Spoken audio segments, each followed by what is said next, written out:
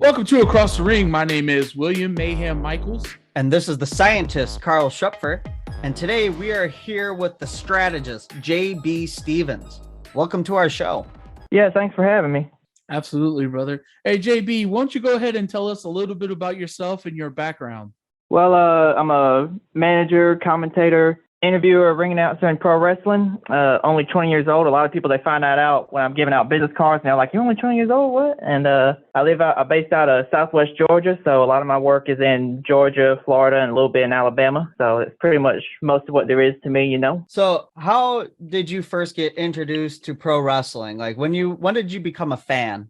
Well, I kind of was always a fan as a kid because my daddy, he got me into it because his daddy got him into it. So I grew up watching back in like '06, '07 is my earliest wrestling memories. And then I got older and I was thinking like, there's no way I can be a wrestler. I never wanted to be involved in it until I got to be a teenager. And I started going to local independent shows in the area. And like after 3 years of doing that, I finally got in with a promotion in Pavo, Georgia. And they made me a ring announcer. They were training me to be a manager. And now over like 2 years, about 2 years later, here we are. Heck yeah, that's pretty cool. One thing that I've always loved about pro wrestling has always been the manager aspect of it. I've always been a huge fan of Cornette. I've always been a huge fan of JJ Dillon, Paul Heyman. Shoot, there's a whole list and I can go on and on. Is there anyone directly that you draw your inspiration from being such a young age and coming from the South? Well, I know that I watch a lot of promos involving Paul Heyman and a lot of managing stuff involving him. I watched a lot of his interviews where he would go over how he did what he did, but also took a lot of influence from like Bobby Heenan. And in general, it was kind of just a mishmash of a lot of different managers and people in wrestling. Like I would get on YouTube and watch stuff with Bobby Heenan and Nick Bockwinkel in the AWA, Paul Ellering, Jim Cornette, a lot of managers that I would watch. So really it's just a mishmash of all like the greats that people usually, recommend. It sounds to me, you just named a lot of managers that are definitely from yesteryear, definitely older than you are, older than we are. How did you become such a wrestling history guy, studying guys from the past? Well, I'm one of the people who even history was my favorite subject in school. And I'm one of those people who are I like statistics. So sometimes I'll just go down, the Wikipedia rabbit hole of wrestling stuff. And I'll be looking up title reigns, looking up the managers, the wrestlers, learning a lot about the history of it. So, I know going back to the early 1900s to George Hackenschmidt, all those old school wrestlers way even before the traditional territory days that people like to think of. So that's pretty much how I know a lot about them, and I like to study them a lot. Yeah, it kind of puts you in a good basis and a good start, kind of knowing where wrestling kind of originated and started in the early 1900s and building your way up. Do you use that in your factors when you're in the ring and performing yourself? Sometimes I'll use a little bit of influence because I know you have managers who would have props, like Jimmy Hart, he had the megaphone. Cornette had the tennis racket. Heyman had the cell phone. Early on, before I became a manager, I thought about using a hairbrush, but then I kind of discarded the idea. And so sometimes, like at a show yesterday I was at, I used a kendo stick as a prop, and it ended up getting used on me in the process. So kind of backfired there. But then I'll use, a lot of influences even in my promos. I'd make hype videos and such. I'll use a little bit of references, sometimes the old media, sometimes the old wrestling people, Yeah, absolutely.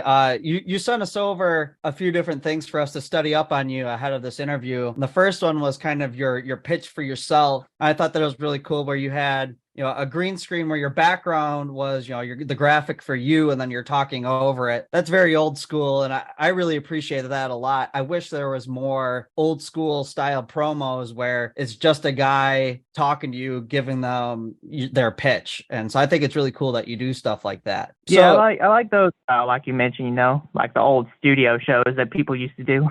So you mentioned earlier that you were introduced to wrestling by your father and your grandfather. As you got into wrestling and you started to become part of the show as opposed to part of the crowd, Who were some of your biggest fans or your biggest supporters as you've been getting into the industry? Mostly my parents, really. They when I first got involved, they would get me to shows before I could was able to get myself to shows. Whenever they give me money if I didn't have it to get there, they pretty much would help me out with a lot. Of course, I had my little sister when I started making hype videos, so I'd have her hold the camera for me so that it would record before I started doing it myself. And so pretty much it's like a whole family supporting thing, really. They all help out, and then there have been friends through like the internet, I know, through like. Yeah, no, that's great. It's cool that you have friends both by you and over the internet across the country that are supporting you on top of your family that seems to be supporting you both financially and through just rooting for you, which is not something that everybody can say. So that I think that's something that you should feel very fortunate for. And that's awesome to hear. As we go through your career here, so you're a fan, you start realizing, hey, maybe I have a shot to contribute to the show as a manager. They put you in as a ring announcer. How did those conversations come about that they wanted to bring you on as a manager? Well, when I started in 2021 to become a manager, I made it clear that like, hey, I want to be a manager,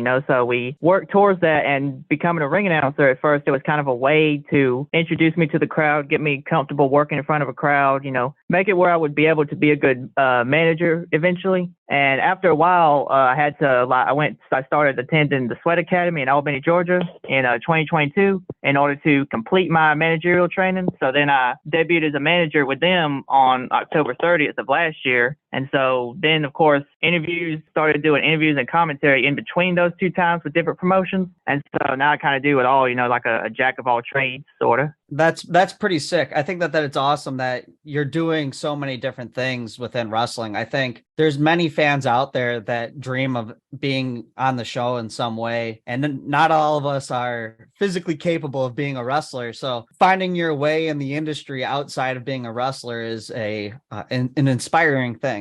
Yeah, it really is, Yeah, I was going to say this is kind of our way of breaking into the business of wrestling, right? We both are huge wrestling fans, and a lot, obviously a lot of the talent that we speak to are wrestling fans. I mean, you pretty much have to be a fan of the product in order to want to get into it, right? As you've been working in wrestling and everything, outside of wrestling, what would you say are some of your hobbies and your interests? I like to read a lot, so sometimes I'll use words I've seen in books, in my promos, which I find kind of funny. I saw even in like my college classes, I've used words that I would learn in promos. So I like to use like a big vocabulary sometimes promos to make it seem like, I know like, oh, big words, all these different words. You're so smart and everything else, like a part of the character, And then of course I like to play like fantasy booking games, like little text-based games like Pro Wrestling Simulator, Total Extreme Wrestling, that sort of stuff, because it lets me use creativity sort of to make up little scenarios. And I like to write sometimes little short stories that I write once in a while, That's pretty cool. So you mentioned college. That's something that you're still doing right now. What are you studying for in school? Like, what degree are you working towards? I had graduated from Albany Technical College with an associate's degree in business management. And it's funny because it's kind of related to how I got into wrestling. When I was starting to try and get involved, I was talking to a manager at a local indie, and he was telling me get a degree in business and marketing. Well, anyway, I know you don't need a degree to get involved in wrestling, but he was saying it's like a fallback plan. So, I knew that he knew what he was talking about. So I was like, okay, so I'll do that. Well, a year later, when I registered for dual enrollment in high school, I went with business management, and daggum, finally graduated from it. And then I was thinking about going back getting my bachelor's, but I was like, you know what? I'm lucky to have graduated before I turned 20. I can go back later for a bachelor's. That was great. Yeah, that's awesome. The fact that you're kind of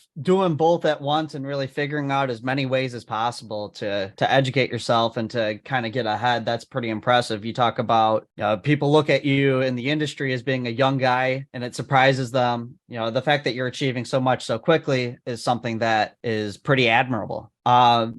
doing some research on you, and you talking about writing. I believe writing has been a passion for you for a long time. Is that correct? Yeah, it was like it's a long passion of mine for a long time, you know. As you've kind of gone from somebody that thought, maybe I'd be an author, to now taking your writing style and, creating promos or, what have you, what kind of stuff have you taken from that first ambition and brought into this ambition of being a manager and everything else within wrestling? I feel like it kind of lets me have a little bit of like maybe a little insight into certain things, being able to use what I've learned even outside of wrestling and put it into wrestling in a sense. Like certain, like when it comes to like writing, I like to use that in promos like you had said. And I also want to book or promote a promotion. And writing, of course, like writing is different from writing out a promotion and storylines and such, but it all filters into it. So, that's usually how I like to use my outside knowledge in terms of wrestling, Absolutely. Yeah, and you touched on as well. So you also like to play fantasy booker games. I used to like to play those when I was younger as well. I haven't played them in a while, but I think they're super cool. It sounds like to me you're still training yourself towards your future ambitions of running a company, between your current work in wrestling and then also some of these other practices you're doing to develop yourself. Yeah.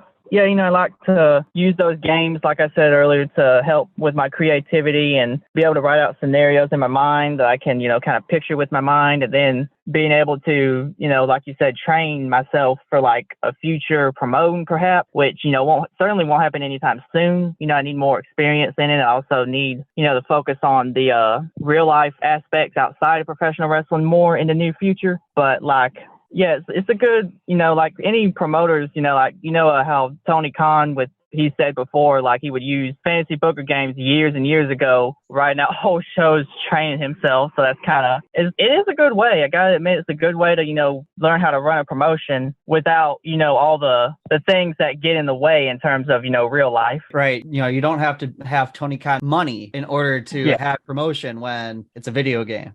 Exactly. Yeah, that makes a ton of sense to me. I guess then, so we've talked a bit about your passions. Sounds like you're a little bit of a gamer. You're a bit of a reader, a historian. We've talked a little bit about your career, getting into the business as a manager, stuff like that. So kind of getting back into it, what are some early highlights for you as a manager? I know you said that you got beat up by a kendo stick. That might not be the biggest highlight, but what are some memorable moments for you so far? Overall, my most memorable moment right now, since I'm still new in terms of managing, was like my debut back in October of last year. It was at Albany, Georgia at the fairgrounds on a exclusive pro wrestling Sweat Academy show. And so I went out there. I was in two matches. I was managing Don Yoder and then Teflon, and they both won their matches. And we had like a thing during Don Yoder's match where I was choking the opponent, and I was choking him on the bottom rope while Don distracted the referee. And there was this lady in the crowd. She was like, "You're cheating. I've seen you. You're cheating." And I turned to her, I was like, "I'm not cheating. I'm wearing gloves. My hands are clean." I thought it was great. And then, of course, it was fun. Some of my family was in the crowd to see it, so that was great. There were a couple of people who I know in wrestling who I've worked with since I debuted, who they were there watching, and that was a great moment to have them there as well. And all that time of training finally culminate in and then there's like other moments in and out of managing that I like. But like I was talking about, you said the kendo stick that I mentioned earlier. Yesterday I was managing Eddie Honcho in Thomasville, Georgia, and he came out. I had a kendo stick, and his opponent, Jared Michaels, took the kendo stick from me and then hit Eddie Honcho with it, and then he threw it back to me. And I caught it without realizing I caught it. And then Eddie turned around and was like, "You hit me." I was trying to slap him. "No, man, I didn't hit you." So he took it and he whacked me with it a bunch of times, man. It was something. And then at the end, Eddie was going to throw Jared into me so I would hit him. But Jared reversed it and whipped Eddie into me. And he came full force while I was on the apron. He's a bit of a big old guy. And then I'm like, if you've ever seen any pictures, big. So I held on for dear life when he hit me. I was like, "Oh Lord," about fell off the apron, and then he hit. But it was a great moment despite the loss, So it sounds like you knew that you weren't going to be a wrestler. So you kind of took the angle of manager, but you're taking these bumps. How does it feel to you're kind of rolling into both roles there. You know, you're a manager, but you're also taking big bumps. And I know historically in wrestling that does happen, but a lot of the times your managers are running away before that can happen. So how does it feel to kind of get to play out both of those roles? It feels pretty great because, you know, I mean, even if you don't become a wrestler, you train in certain aspects of wrestling. So like even if you're trained to be a referee or a manager, you learn how to take bumps. You learn how to do certain things so that you can, you know, add more to the match. And I did train and all that. So then, of course, even though, you know, I knew I couldn't be a wrestler, but I knew that even as a manager, I would still get to, you know, have that thrill of,